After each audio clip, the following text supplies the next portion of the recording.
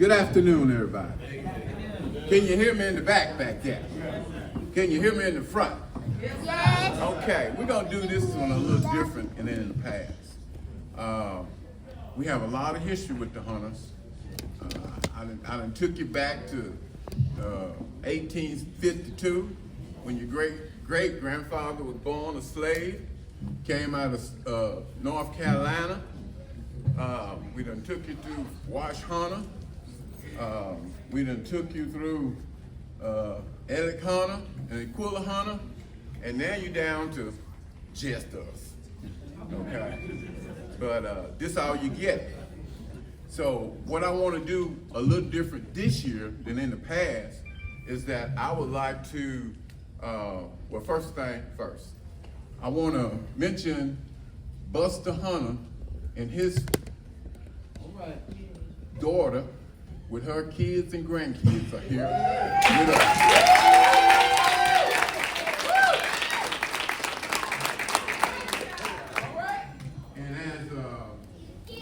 As my little granddaughter Jim would say, won't he do? So we are glad to have them here with us today. And we'll give you an opportunity to say something on the program if time allows. But what I would like to do next is to bring my siblings up. The first one is going to be Dorothy Couch. Have a seat, Dorothy. You know, back in the day, everybody had nicknames. Her name was Shorty. It took her a while to grow, so, you know, we gave her that a name. Lily Mae. I know y'all can do that better than I don't know what's wrong with y'all. Don't make me have to go off up here. This is my oldest living sister. And she the one hosting this thing this weekend. And I must say, it's been great.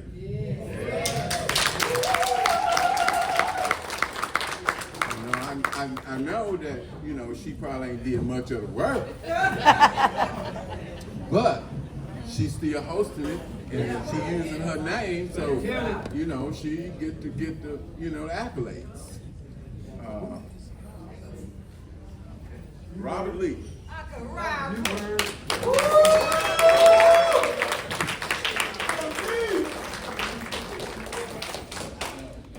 All right. Let's eat. And myself. What I wanted to do this year was I wanted to talk about Ellick and Aquila Hunter. Because some of the grandkids and maybe some of the, you know, outlaws and in-laws may not remember as much as we know about my mom and dad. But they was really special to me. Somebody asked me, said, "Oh, so why do you be crying at these family reunions, you know?" And so it's because of the memories that it brings back to me. We come a long way, folks. Y'all, some of y'all don't even remember. You know, we was talking today. It was like, I heard a preacher in church. I generally don't say what preachers say, but I mentioned this, and it went like this. We come from the outhouse, okay, through the crack house, to the Come on. to the church house, and White House, huh? God house is a lot more important than that house. Okay? But so that's a long way that we have traveled from slavery. It wasn't that long ago. We was being sold on the open block. Your great-great-grandfather was sold in North Carolina. That ain't that long ago. You're talking about 160, 200 years ago. But nobody know my parents as well as my sisters and brothers. because we was there. We was there with them. We was poor people. All right. I didn't know I was poor until I went off to school. Because everybody was living the same way. So I didn't know no different. I thought, we was rich. But when I went off to school, they were like, how much money your daddy make, boy? So it was like $25 a week. $25 a week? Y'all poor! But anyway, I never went hungry a day in my life. I never remember no lights or water or gas being cut off a day in my life until I left home. Hey, tell it, man. So, when I was 16, I thought, this dumb man don't know nothing. But when I got to be like 25, I was like, this is the smartest man in the world. Now, how you raise 11 kids, a wife, and a couple grandkids on $25 a week? I mean, I dare you to go try it. I know that's right. So, those are the things I remember about my dad. I thought he was the smartest man I ever met in the end, because, I went off to school and one day I went to him and said, I want you to help me get a job on the farm.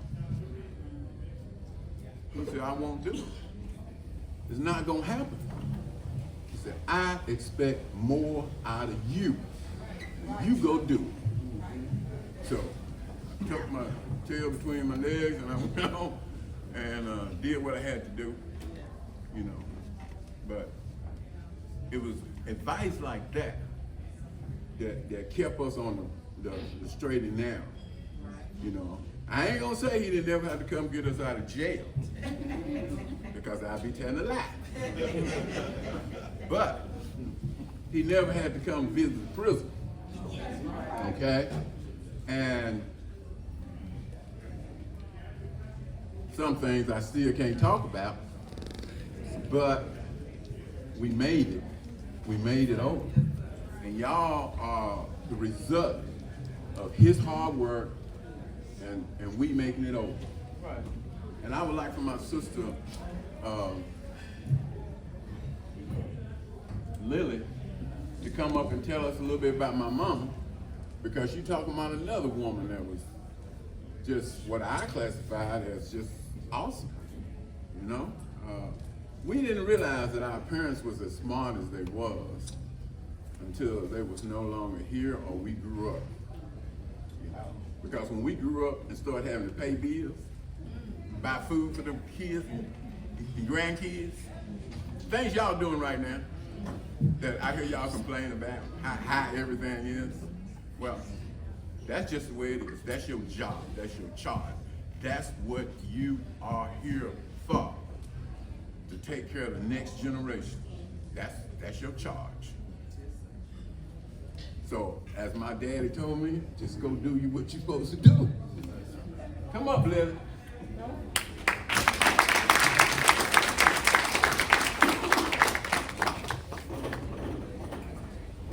Thank you, OC. You took your time by getting me up here, though. But I love you, baby. I'm forgetful, so I probably forgot half of what I was going to say. But Just that's say what's all on your right. heart. Say what's on your heart. You can have a seat, too, if you want to. Thank you. I appreciate you. And he's right. Our parents was great parents. They were good to us. And I remember when my mom used to buy her an Easter dress. And then she would buy too little. And then she would tell Ellie, this dress is too little. I'm gonna have to take it back. Well, didn't nobody take anything back then. So I would go up there one day and she said, Lil, you're gonna have to take this dress because it's too little. I can't wear it. Okay. Then the next year she did the same thing. And I went and I I wore it for Easter. But you know, about that third time, Dad had caught on then. And he said, Quilla, I know you just telling the tale. I know you bought that dress for that girl. You know you bought her a dress. And now you just trying to fix it now. But that was all right. I still wore them dresses, y'all. And I wore them faithfully.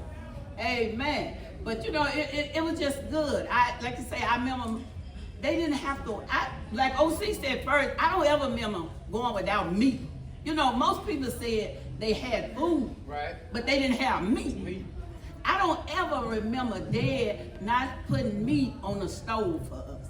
Sometimes he would go out in that barn, he would get a ham, he would slice it, bring it in there, lay it on top of the stove, in the skillet or something, and we would sit there. It would be around 9:30. We should have been in bed.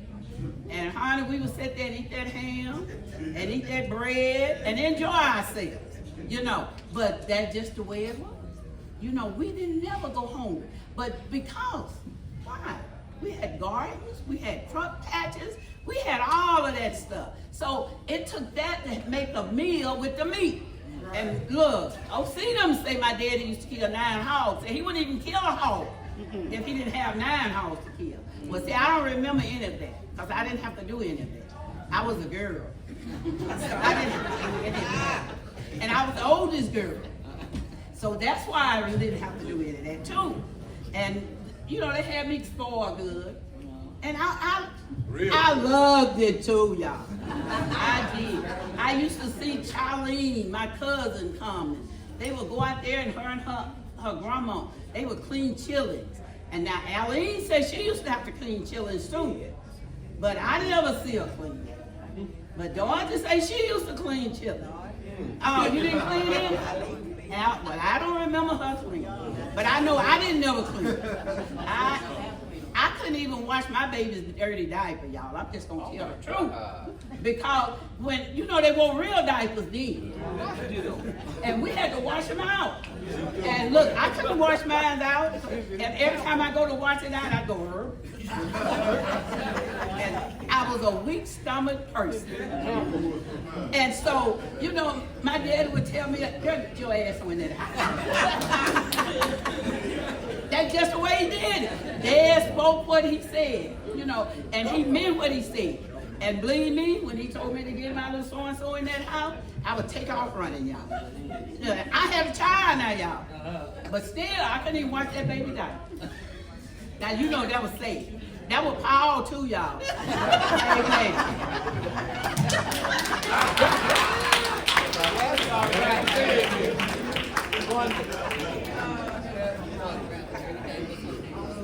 Hold your hand up.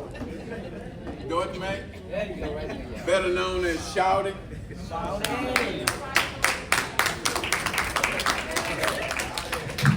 Yeah. How they call it Shouty? Do it. And a lot of them dappers she didn't wash, I had to wash. I didn't even have a baby, but I was washing Yeah, I washed a lot of dappers. Yeah, I was a mom, but I was washing dappers still. Belong to you, Paul.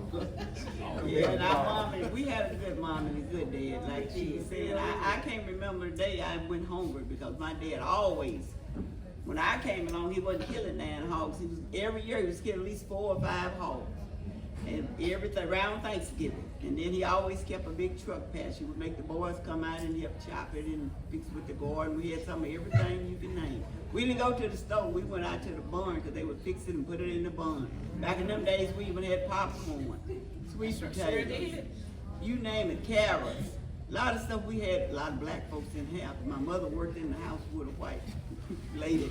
And she knew how to get them little reddish and lettuce and the long lettuce and then the round lettuce. I mean, they had it all. Okra and peas and sweet potatoes and eye potatoes. You name it, we had it. We didn't go hungry.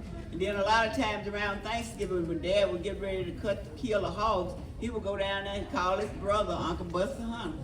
Uncle Bo Hunter, we called him. He would call Uncle Bo, and they mad, and they would come up and they would help with the hog killing. So we know that was gonna be a hog killing. We seen Uncle Bo and they mad. They was part of the family too, and they didn't leave them out. And then when they got through, you know, they would share so much hog meat with him and stuff. And then after we got the progress and got a little better, and they made a little more money and stuff. Later on, him and Uncle Bo started going together, and they would buy a whole calf together, a whole cow they would call it. And they would split it in half. He would get half, and Uncle Bo would get half. Boy, we was doing good then. We was eating beef. That was beef back then. You didn't hardly get no beef. The beef was high meat. But we had it. Mother would take half of it. They would wrap it after they take and get it cured and wrap it and put it in the freezer. We ate off it all year long. A lot of folks had to go to the store and get it, but we had it in our freezer. Mother did had it in the freezer. And they had chicken on the yard where we got eggs and stuff. And I see a lot of young folks, some people's now trying to go back to that, making their own, buying chicken. Some folks at work, buying chicken, trying to get their own eggs and stuff. And you know, that's something to think about. A lot of stuff now, we have to go to the store and get just about everything. But back then, we just go to the smokehouse or go out in the yard and in the little house they had built for the chicken. We get out. Sometimes we would get the chicken and even eat the chicken. But they laid us eggs. We always kept a mate so we could have eggs and have our own fresh eggs. And we was just blessed. And Lord blessed us, and they wanted us to do better than they did, like O.C. was saying. And as we come along, we the same way. We want our children to do better than what we did. When we was coming along, we had pretty good jobs and stuff, but we didn't want to see our kids working at a job like we was working. And one day, I think when I was out there in Remington, I worked out there 32 years. My daughter came out there to work a while, LaRon. And boy, she got to working, and the boss lady was kind of shivering and putting it to her. And she said, Mama, how did you stay out here? All these years. That's before I even retired. How you been out here? I said, I thought about it. I had 2 nappy-head kids out here. And I had to help work and help make a living for y'all. And so when we came along, I wanted them to do better than what I did. I didn't want them to have to work at a factory, and she didn't like factory work. And so she made that plan. I don't want to be doing this all my life. So Lord bless me. I was able to help her to go to college, and she became a parole officer. She was a counselor first, then she became a parole officer, and she got a good job. And then Lord blessed us. My son went through college. He went to Auto Diesel College down in Nashville, and he became Auto Diesel, where he fixed cars and put them back together when you have a wreck. Then he got tired of that. He went to truck driving school. 1 minute. He did that. I guess my time is running out. He said 1 minute. God bless all of y'all. And all of y'all look so beautiful.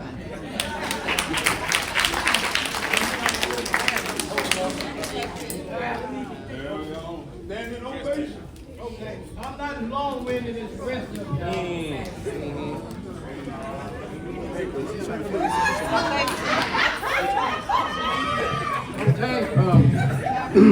I've got a little quick fact checks here.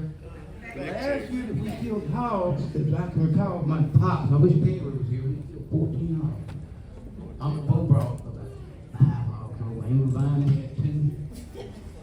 I think we had about 6, and there was a couple more folks bought some hogs by the killed. Me and Perry had to get the wood for the hogs. Every Thanksgiving morning, we got up that day getting wood for them big old pots. And we had to make sure that the pots had something to boil the water. And after they finished doing the water and stuff, then they had to do crack. That's a fact check. Now, I'm not as long-winded as the rest of them, so I ain't gonna be up here long. I'm about done. Brother Bryant would say on Sunday morning, I'm almost done. I've got JT back there. I wish I had Ashton with me.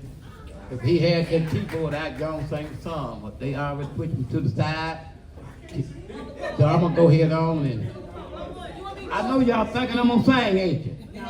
I see some Hunter sisters in the back. Raise your hand, Hunter sister. Them the singers, y'all. We do the praying. God bless you. We pray. Keep us healthy and happy.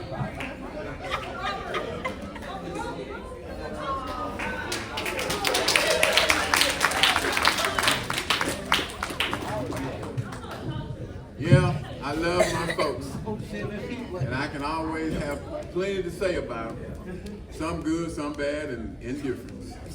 But now I want to talk about y'all a little bit. We have 3, 4 generations of hunters in here.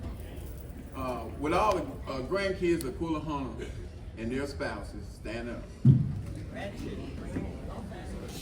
Grandchildren.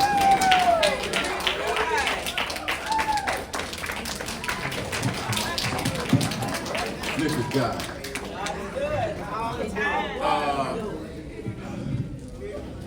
The great grandkids of Coolahan, stand up.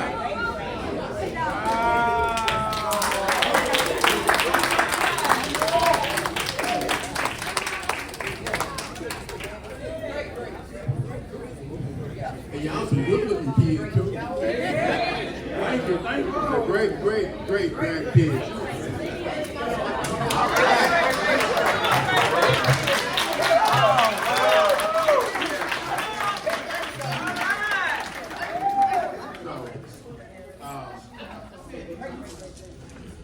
Dan would be really proud of the people in this place tonight. He would be so proud, and I am too. But I can't leave from up here without giving my grandbaby to say a couple of words. Eva, you in the house? Eva, come up to Pawpaw, girl. With the mic in her hand, I heard you sing for you.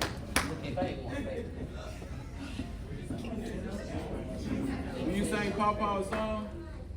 Huh? Bring the mic down. Hey, let's give her a hand.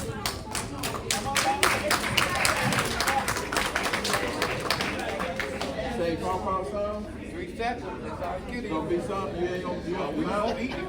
We'll eat it in a minute. You know what I'm saying? Okay. Well, you don't have to, babe. Come on, Eva.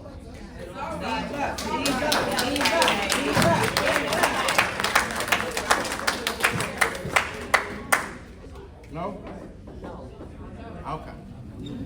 Anyway, do we have any great grandkids that would like to sing a song? JJ. Oh, you great. Great grandkids? Grandkids? Hey, Melissa. Sing. Yeah, I'm saying. You gonna say hallelujah? Ain't gonna do it. OJ? You come up and sing with your girl? Okay. You want your wife? Come on, OJ. Come on, let's eat on it. Because y'all don't want me to sing no song. No? You do that. Come on. Ready to, boy. How's everybody doing? I'm not gonna hold you too long. I know you want to eat, right? Well, we do want to reverence the legacy. And we're grateful for the Hunter family. Come give the Hunter family a hand.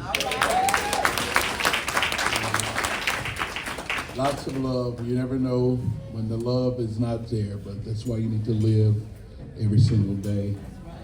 And I'll sing of the goodness of God. Is that all right? Yes, sir, Right. Doc. I love you, Lord. For you have led me through the fire. All my days I've been held in your hand. From the moment that I wake up until I lay my head, I will sing of the goodness of God. Well, all my life you have been faithful. All my life you have been so good. With every breath that I am able, I will sing of the goodness of God. I love your voice. Said you have led me through the fire, dark as night. I've been held in your hands. I've known you as a father. I've known you as a friend. I will sing of the goodness of God. All my life you have been faithful.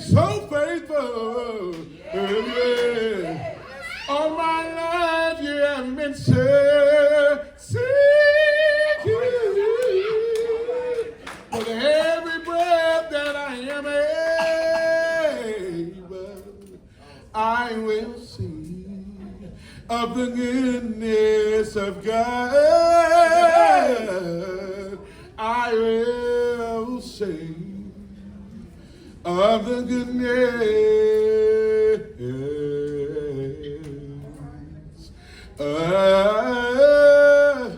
God.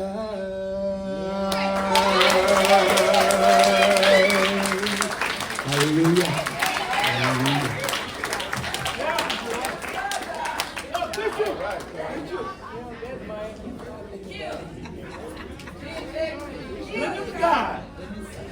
Give him another hand, y'all. Give him another hand.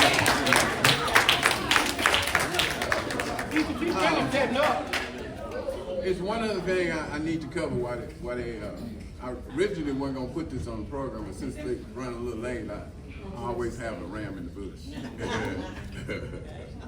Anyway, I would like to recognize the success stories of Quilla and Eric Hunter kids, grandkids, great-grandkids, and great-great-grandkids. So, and I don't know if this is going to be appropriate or not, but here goes. Every one of the Quilla and Eric Hunter grandkids that has got their papers, certifications, would y'all please stand? Because we was a family from the country. Right. Okay? My daddy had an 8th grade education. And his thing was, the next generation gonna have to do better than me. And then they have to do better with their kids. And their kids have to do better. So, I think he would be proud now to have all of these papers in this room at this time, because he really pushed education. You know, he didn't have one. He said his daddy never got no education, and he got 8th grade, which back then 8th grade was a big time education in the 40s. Okay, so he would roll over tonight knowing all the college degrees that is standing up here today. So give yourself a hand. I'm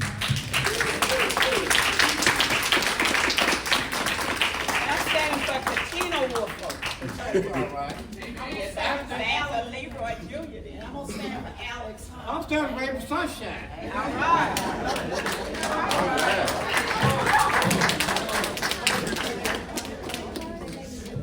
I guess I'm standing for Ocean Hunter Jr. he can stand for himself. Okay, good. That's what I want. Anyway, that's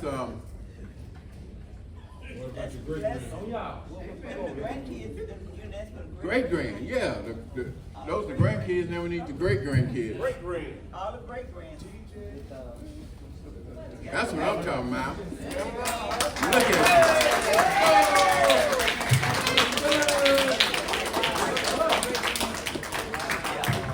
I stand for mine then. So Megan and Mariko. I'm standing Okay. for Marissa Thomas. All right. I'm standing for Seth Cow. She graduated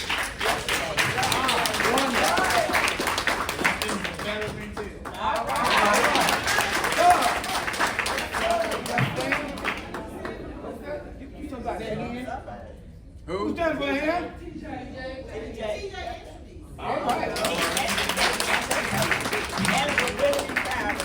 I'm standing for Eva.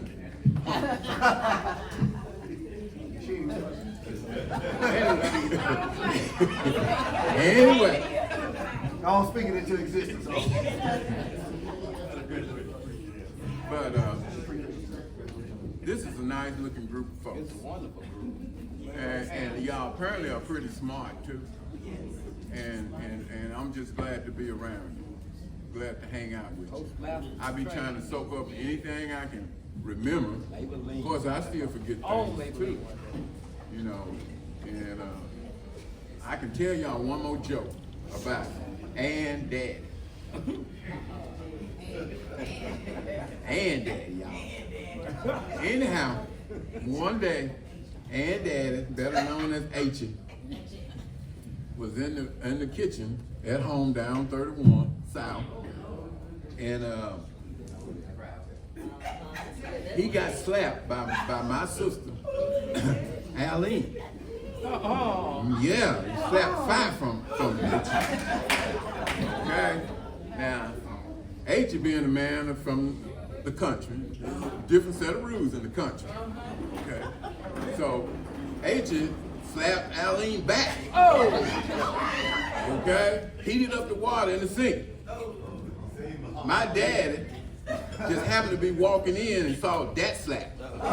He ain't seen nothing else. He just saw that slap. So he touched H on the shoulder. H turned around and got knocked out. I mean out. He's like, pull him out on the front porch. That kind of knocked out y'all. So me and Bobby was pulling him out on the front porch, and Bobby looked at me and said, "Did you see that?" Yeah, man, I was about to try the old man, but I'm glad, because H was my hero. And when you get to see your hero knocked out, man, it traumatized you. All right? So, that's one thing, that he wasn't going to tolerate you putting your hand on no woman. And I appreciate him to this day for that, because, you know, it kept me from doing a lot of crazy stuff. But seeing my big, you know, superhero knocked out, pulling him out on the front porch. Yeah. But anyway, I thought I would throw that out there for Ann's sake.